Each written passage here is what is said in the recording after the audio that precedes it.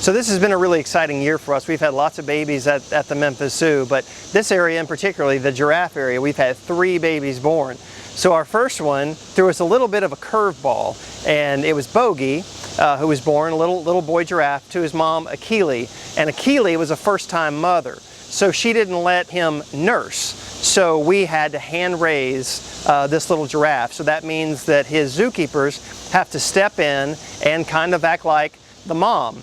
And we really don't like to hand raise animals if we don't have to. It's a fun job, it's a neat job. The keepers love to interact with the babies, and our visitors love to see it.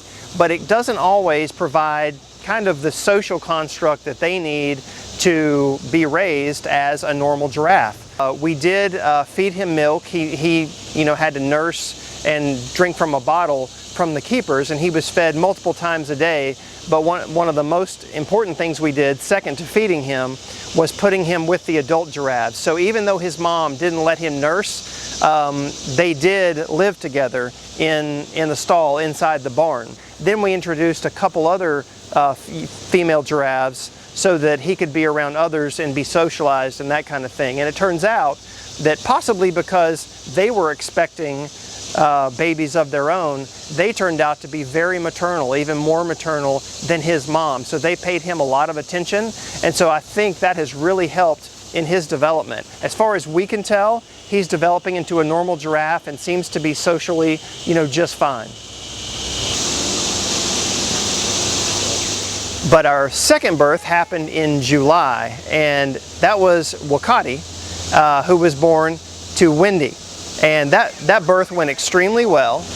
And then in August, we had a third birth, which was really exciting. So this was Panya, and Panya was a beautiful little girl, very petite, not quite as big as the 2 boys that were born earlier. So now we have 3 beautiful baby giraffes, all born within a few months of each other, all living together and kind of socializing with each other, which again, as I mentioned earlier, is very, very important for their social development.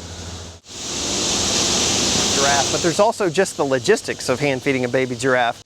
They're born at almost 6 feet tall, so it's a big animal. So the initial challenge was just to get Bogey used to drinking from a bottle. So the zookeepers would go in with Bogey and actually put the bottle in his mouth. And so the next step after that was to train Bogey and have him come to the bottle so that the zookeepers didn't have to go in with him in the stall. To now, he feeds from the bottle 3 times a day, one of them being at 1:30 where the public can see. We have reticulated giraffes here. That's only one of the species of giraffes, but their numbers are particularly low. Some think as low as 8,000 in the wild. And so for numbers that used to be up in the tens, close to hundreds of thousands of animals, that represents a really significant decline.